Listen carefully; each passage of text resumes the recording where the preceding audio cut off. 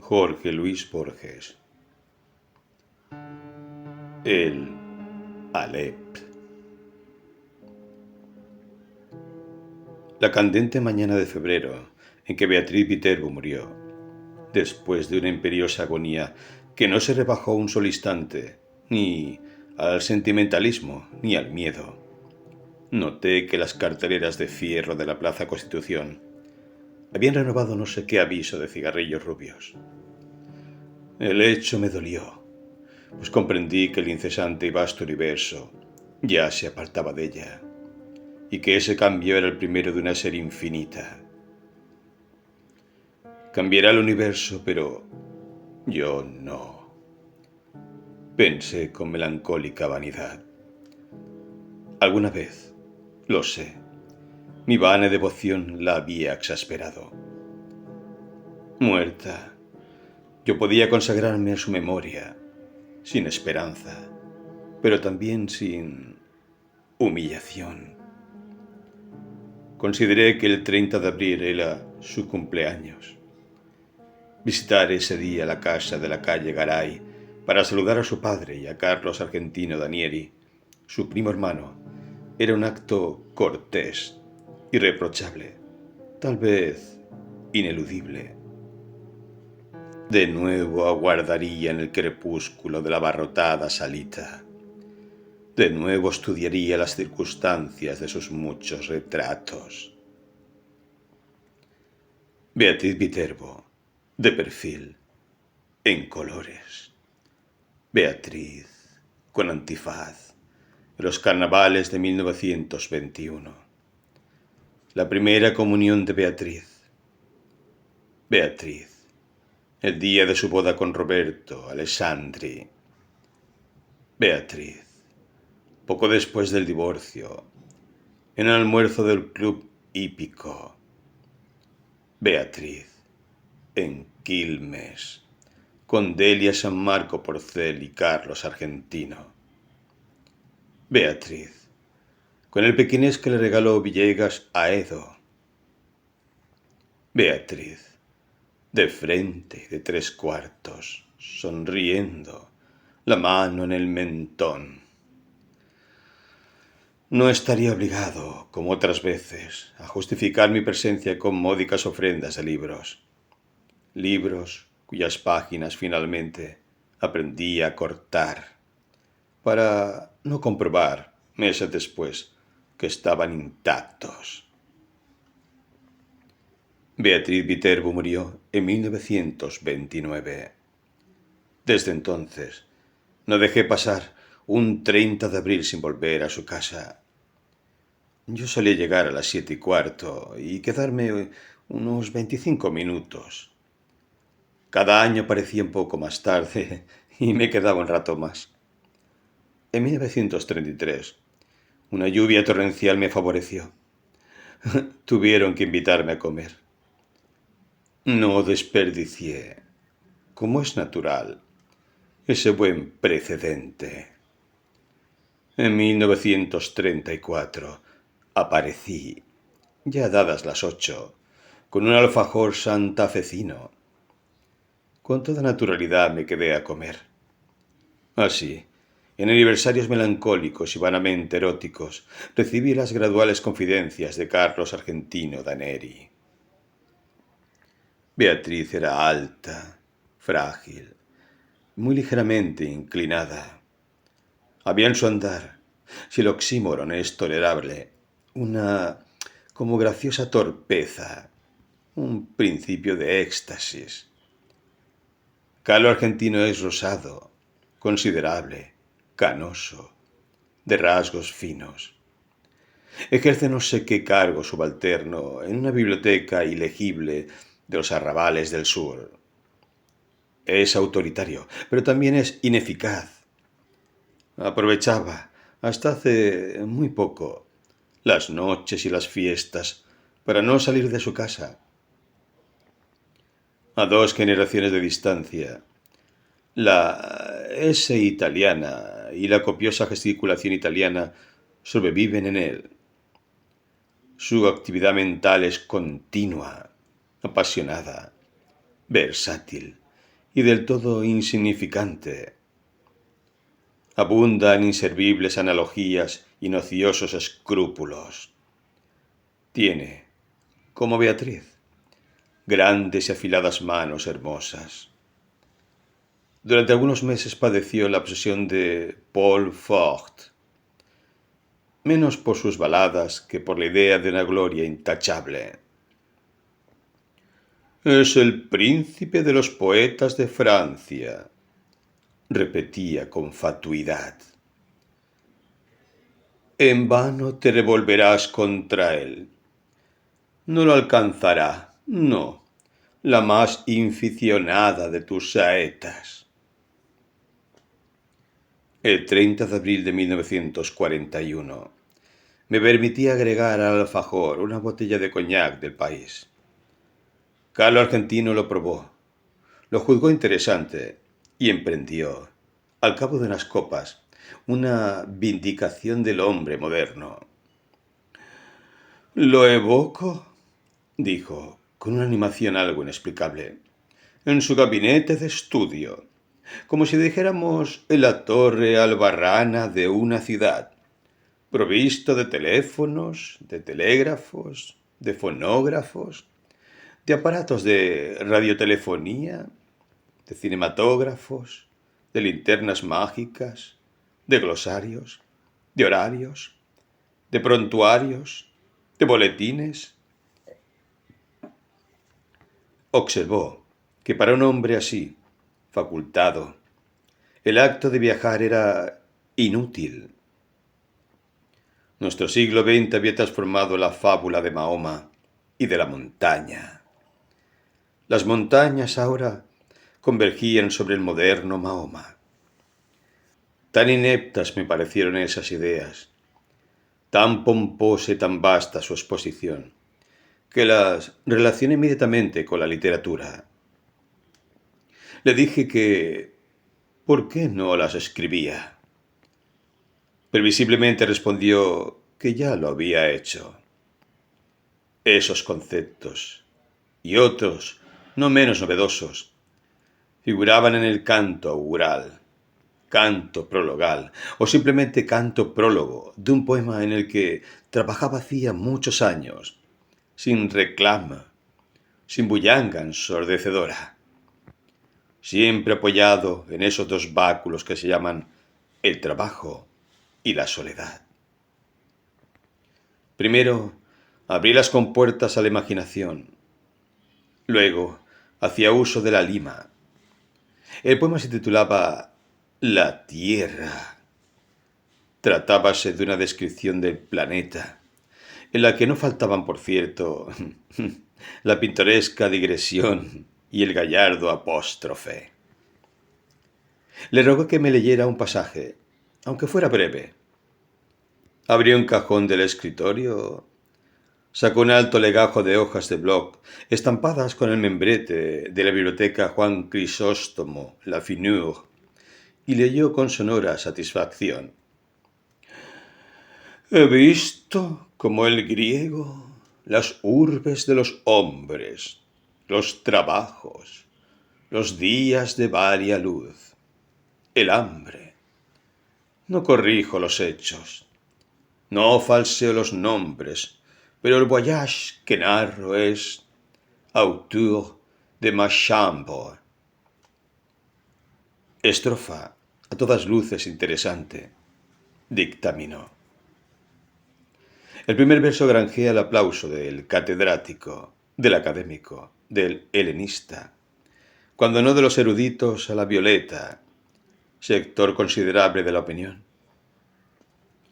El segundo pasa de Homero a Hesíodo, todo un implícito homenaje en el frontis del flamante edificio al padre de la poesía didáctica, no sin remozar un procedimiento cuyo abolengo está en la escritura, la enumeración, congerie o conglobación.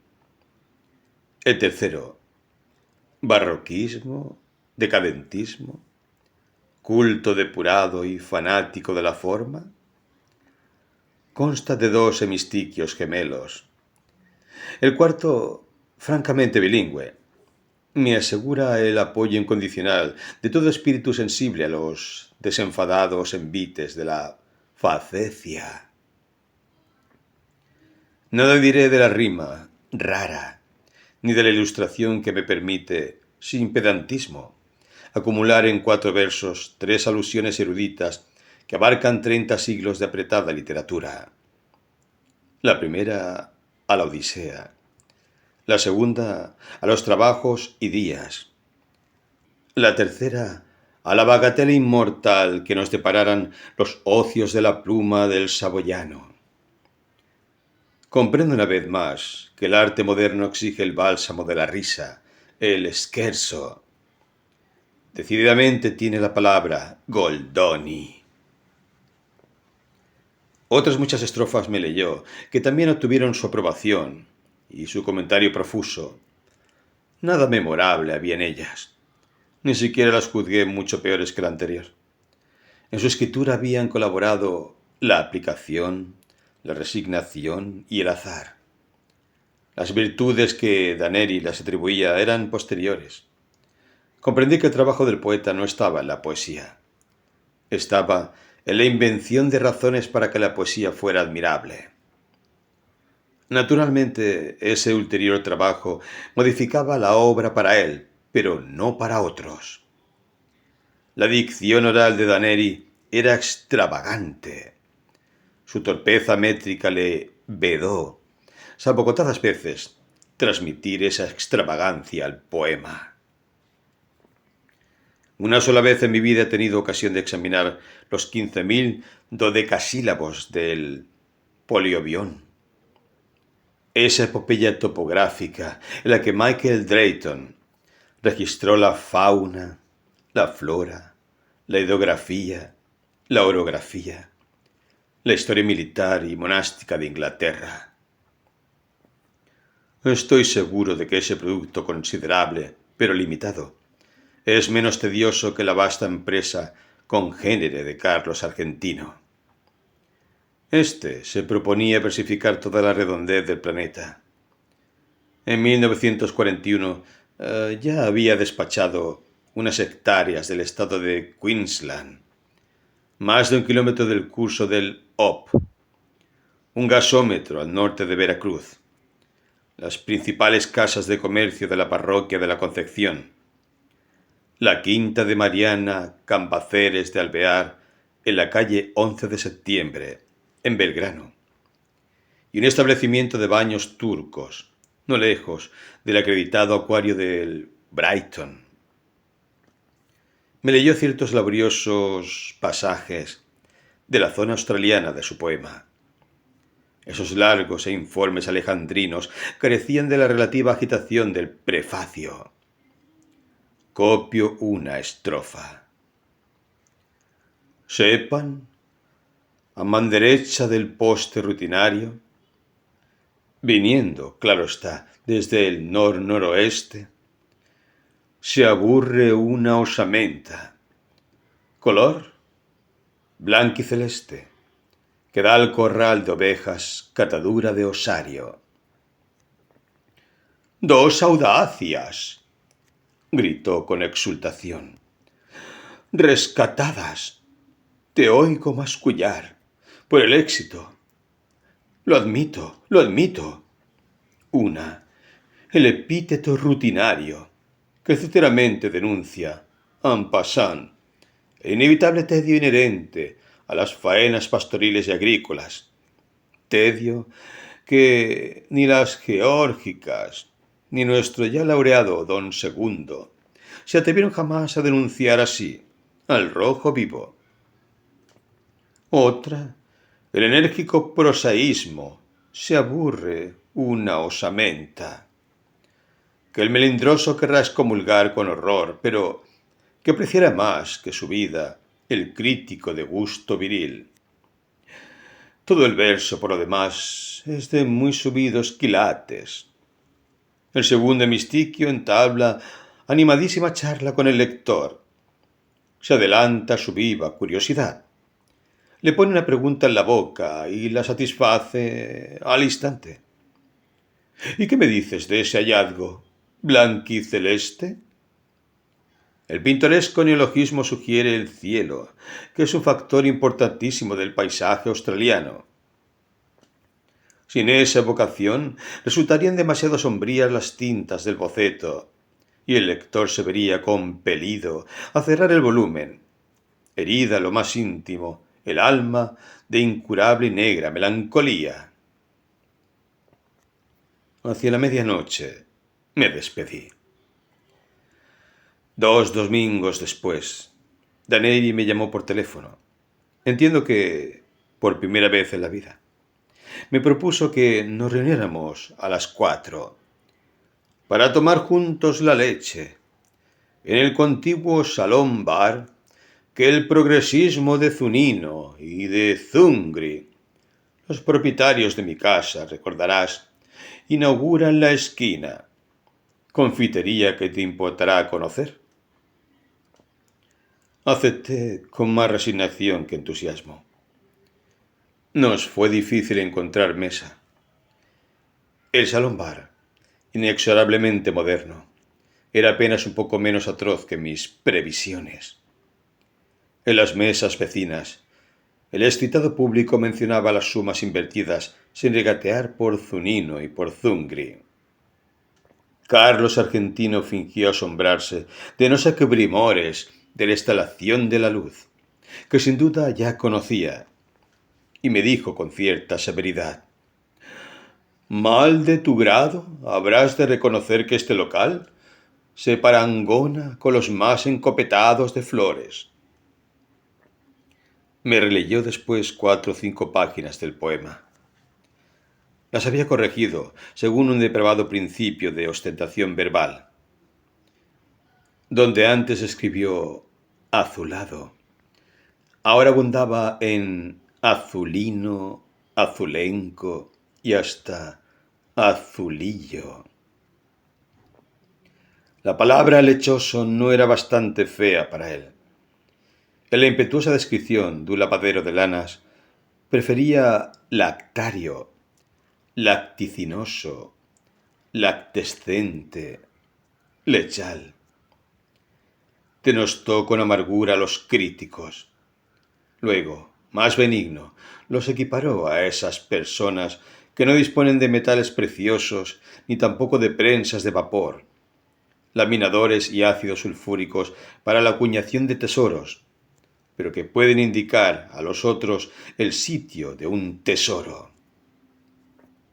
Carlos Argentino observó, con admiración rencorosa, que no creía errar en el epíteto al calificar de sólido el prestigio logrado en todos los círculos por Álvaro Melián Lafinur, hombre de letras que, si yo me empeñaba, prologaría con embeleso el poema.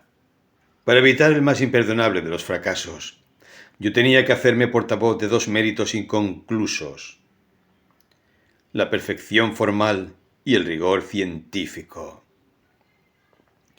Porque ese dilatado jardín de tropos, de figuras, de galanuras, no tolera un solo detalle que no confirme la severa verdad. Agregó que Beatriz siempre se había distraído con Álvaro. Asentí. Profusamente asentí.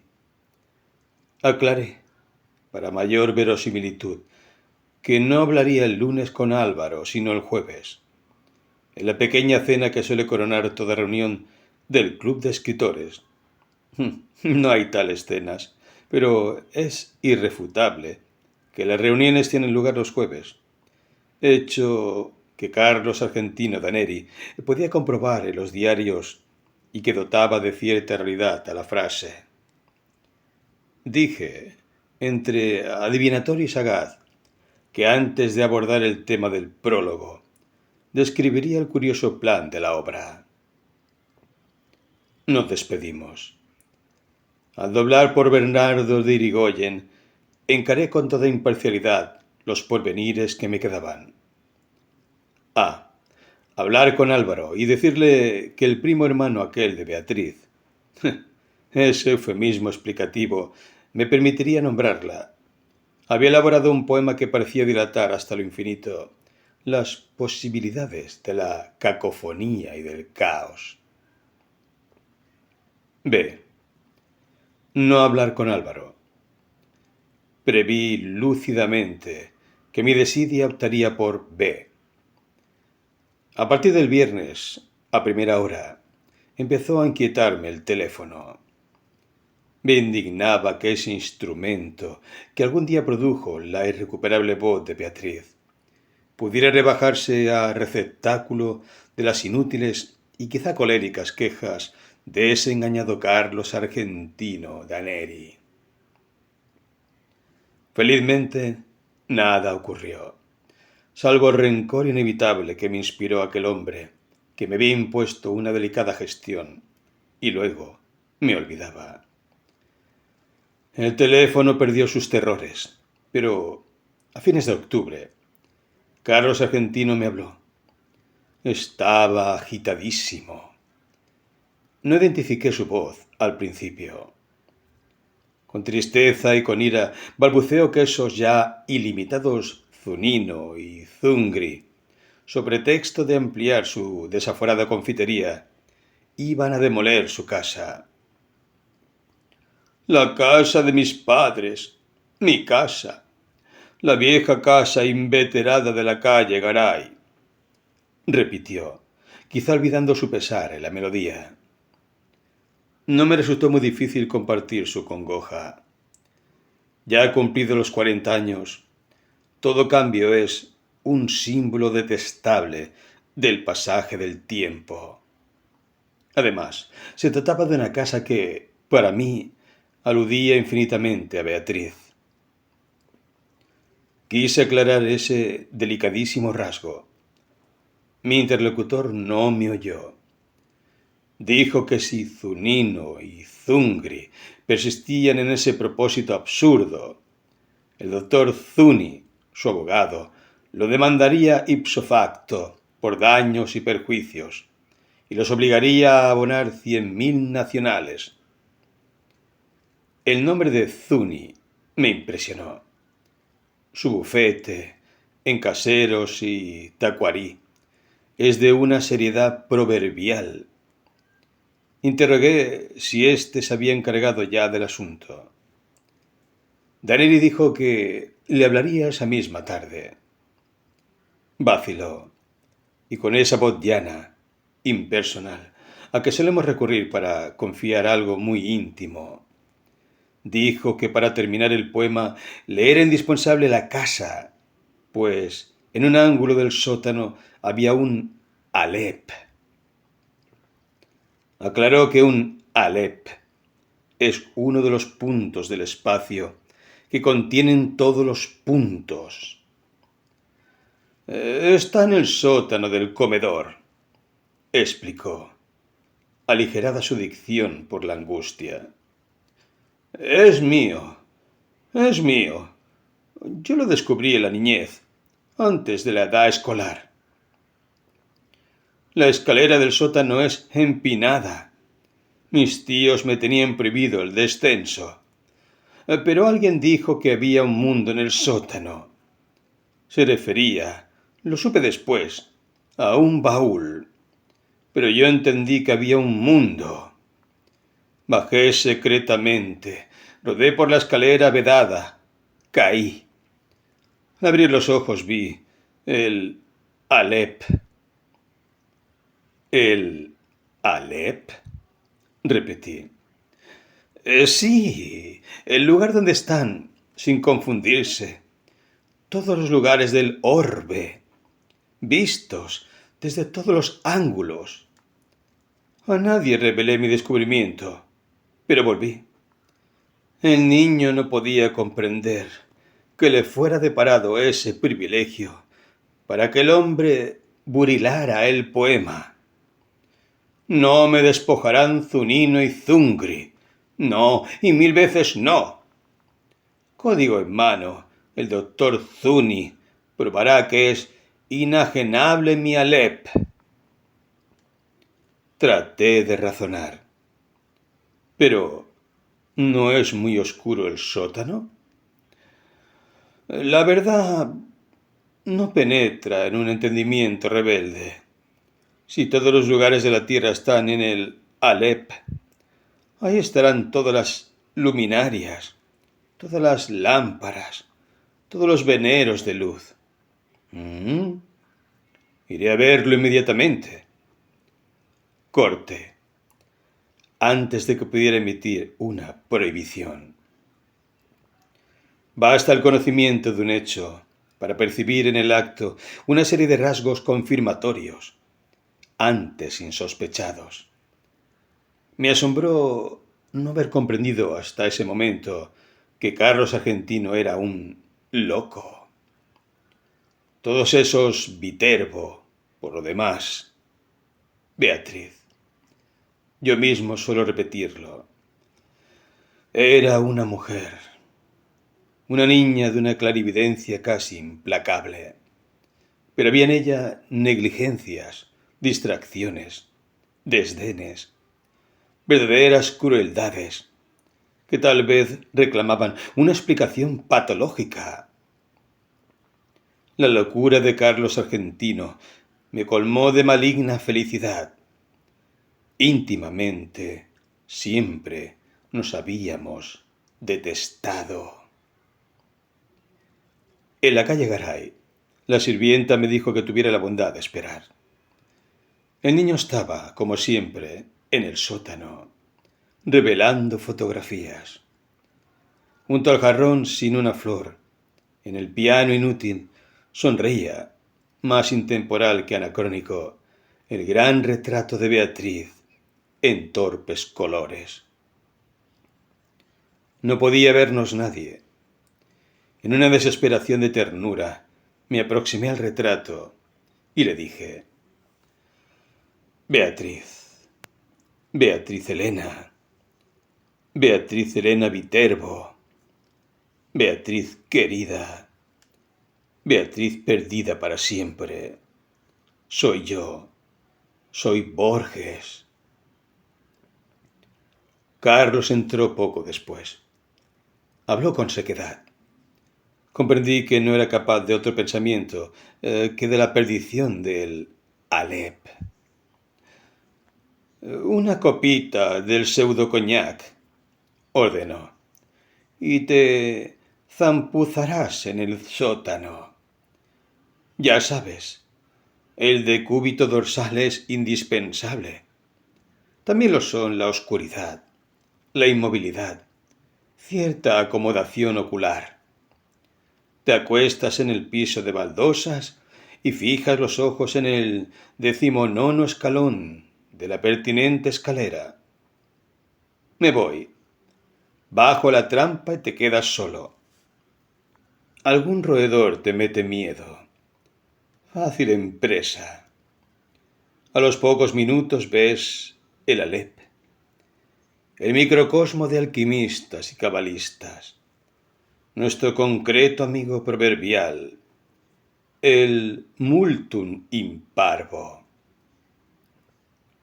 Ya en el comedor agregó: claro está que si no lo ves, tu incapacidad no invalida mi testimonio. Baja. Muy en breve podrás entablar un diálogo con todas las imágenes de Beatriz. Bajé con rapidez, harto de sus palabras insustanciales. El sótano, apenas más ancho que la escalera, tenía mucho de pozo. Con la mirada busqué en vano el baúl de que Carlos Argentino me habló. Unos cajones con botellas y unas bolsas de lona entorpecían un ángulo. Carlos tomó una bolsa, la dobló y la acomodó en un sitio preciso. La almohada es humildosa, explicó, pero si la levanto un solo centímetro, no verás ni una pizca y te quedas corrido y avergonzado. Repantinga en el suelo ese corpachón y cuenta 19 escalones. Cumplí con sus ridículos requisitos. Al fin se fue.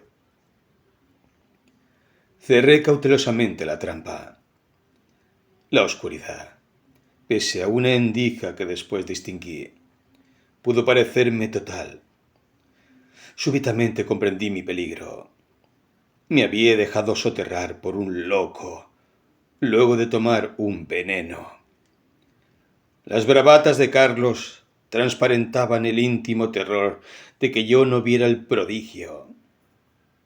Carlos, para defender su delirio, para no saber que estaba loco, tenía que matarme. Sentí un confuso malestar que traté de atribuir a la rigidez y no a la operación de un narcótico. Cerré los ojos, los abrí. Entonces vi el Alep. Arribo ahora al inefable centro de mi relato. Empieza aquí mi desesperación de escritor. Todo el lenguaje es un alfabeto de símbolos, cuyo ejercicio presupone un pasado que los interlocutores comparten.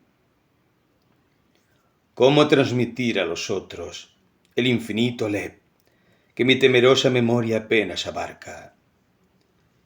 Los místicos, en análogo trance, prodigan los emblemas.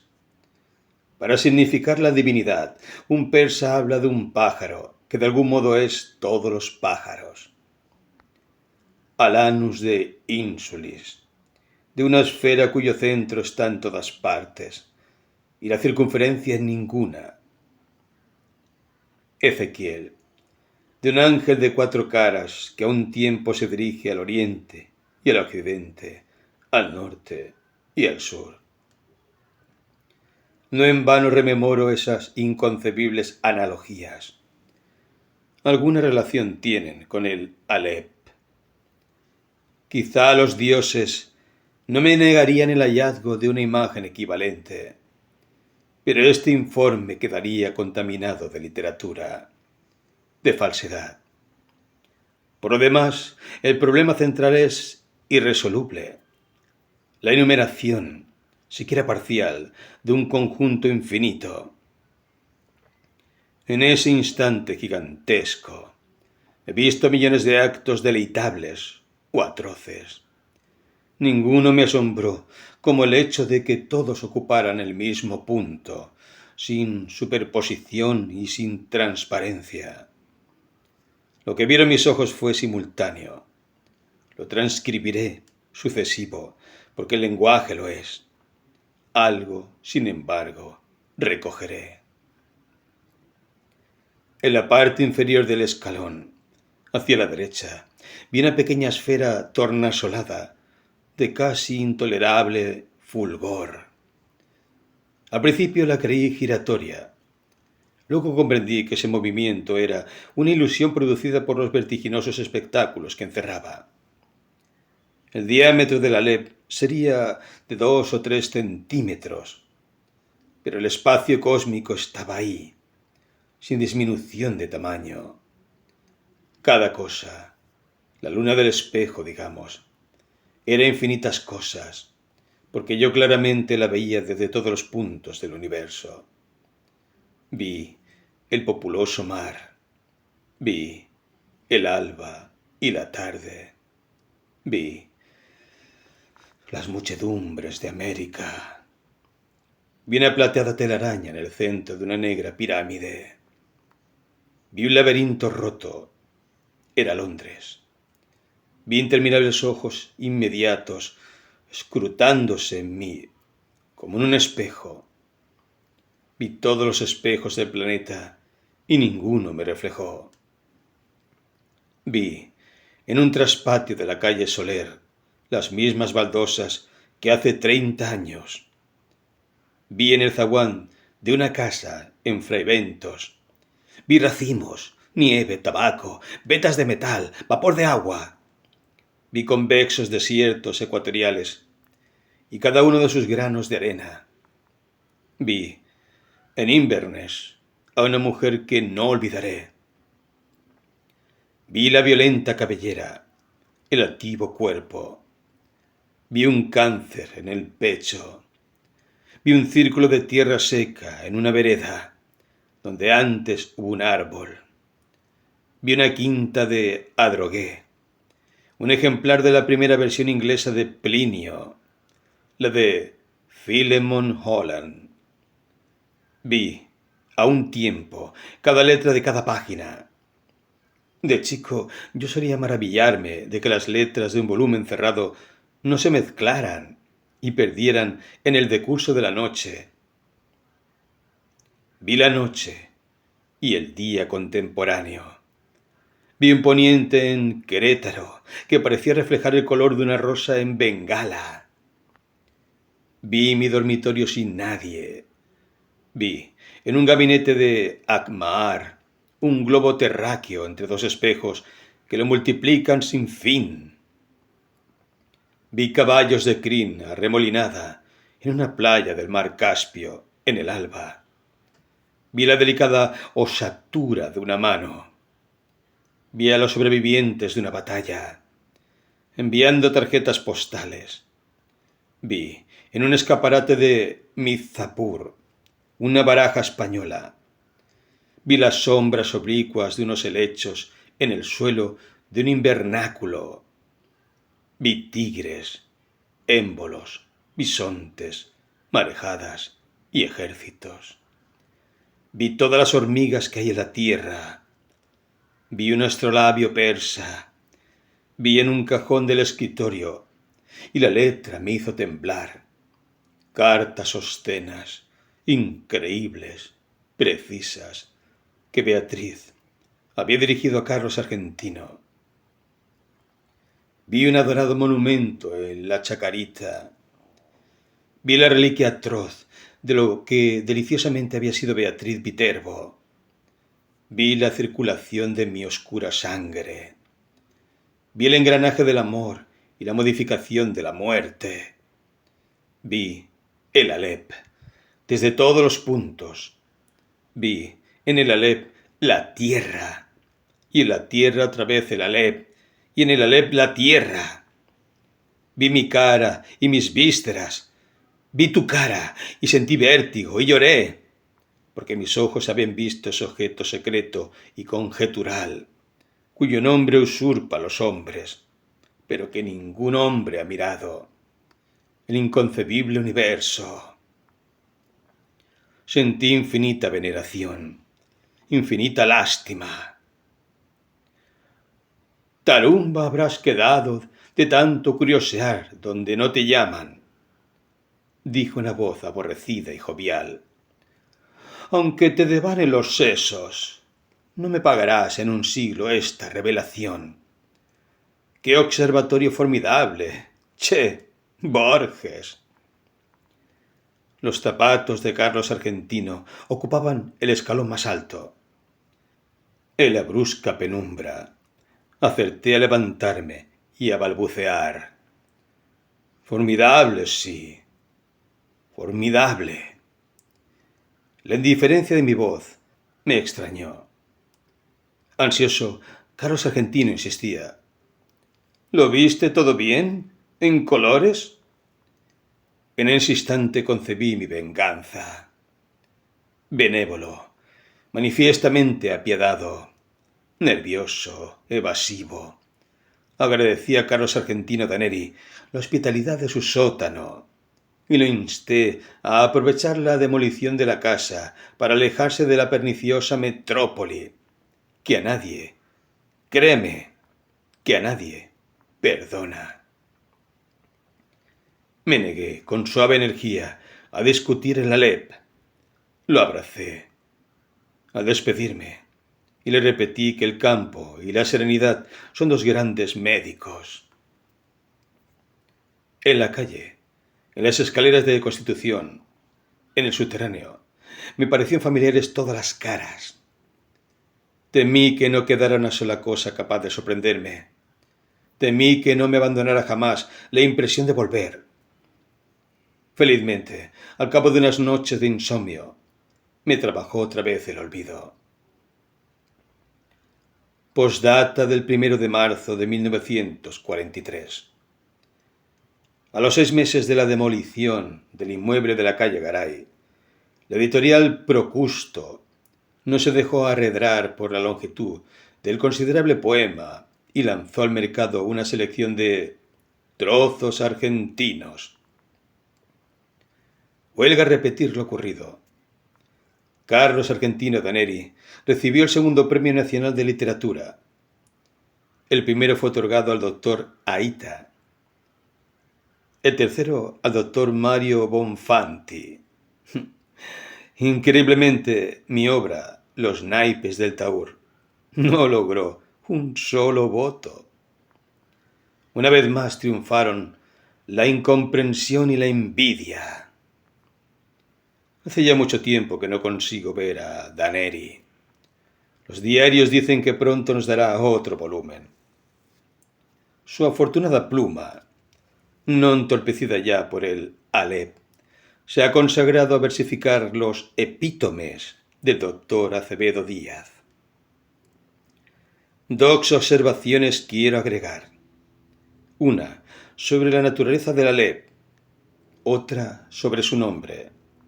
Este, como es sabido, es de la primera letra del alfabeto de la lengua sagrada. Su aplicación al disco de mi historia no parece casual. Para la Cábala, esa letra significa el En Sof, la ilimitada y pura divinidad. También se dijo que tiene la forma de un hombre que señala el cielo y la tierra, para indicar que el mundo inferior es el espejo y es el mapa del superior. Para la Mengenlehre es el símbolo de los números transfinitos, en los que el todo no es mayor que alguna de las partes. Yo querría saber, ¿eligió Carlos Argentino ese nombre o lo leyó aplicado a otro punto donde convergen todos los puntos en alguno de los textos innumerables que el Alep de su casa le reveló? Por increíble que parezca, yo creo que hay, o que hubo, otro Alep. Yo creo que el Alep de la calle Garay era un falso Alep. Doy mis razones. Hacia 1867, el capitán Barton ejerció en el Brasil el cargo de cónsul británico. En julio de 1942, Pedro Enrique Zureña descubrió en una biblioteca de Santos un manuscrito suyo que versaba sobre el espejo que atribuye el Oriente a Iskandar Zu al-Karnain o Alejandro Bicorne de Macedonia. En su cristal se reflejaba el universo entero. Barton menciona otros artificios congéneres. La séptuple copa de Kai Khosrou, el espejo de Tariq Ben Zeyad, encontró en una torre 1001 noches, 272. El espejo que Luciano de Samosata pudo examinar en la luna, Historia verdadera, 1:26. La lanza especular que el primer libro del Satiricón de Capella atribuye a Júpiter. El espejo universal de Merlín, redondo y hueco y semejante a un mundo de vidrio. The Fairy Queen, 3:2:19. Y añade estas curiosas palabras. Pero los anteriores, además del defecto de no existir, son meros instrumentos de óptica. Los fieles que concurren a la mezquita de Amr, en el Cairo, saben muy bien que el universo está en el interior de una de las columnas de piedra que rodean el patio central. Nadie, claro está, puede verlo, pero quienes acercan el oído a la superficie declaran percibir, a poco tiempo, su atareado rumor. La mezquita data del siglo VII. Las columnas proceden de otros templos de religiones anteislámicas, pues, como ha escrito Ibn Khaldún, en las repúblicas fundadas por nómadas es indispensable el concurso de forasteros para todo lo que sea albañilería.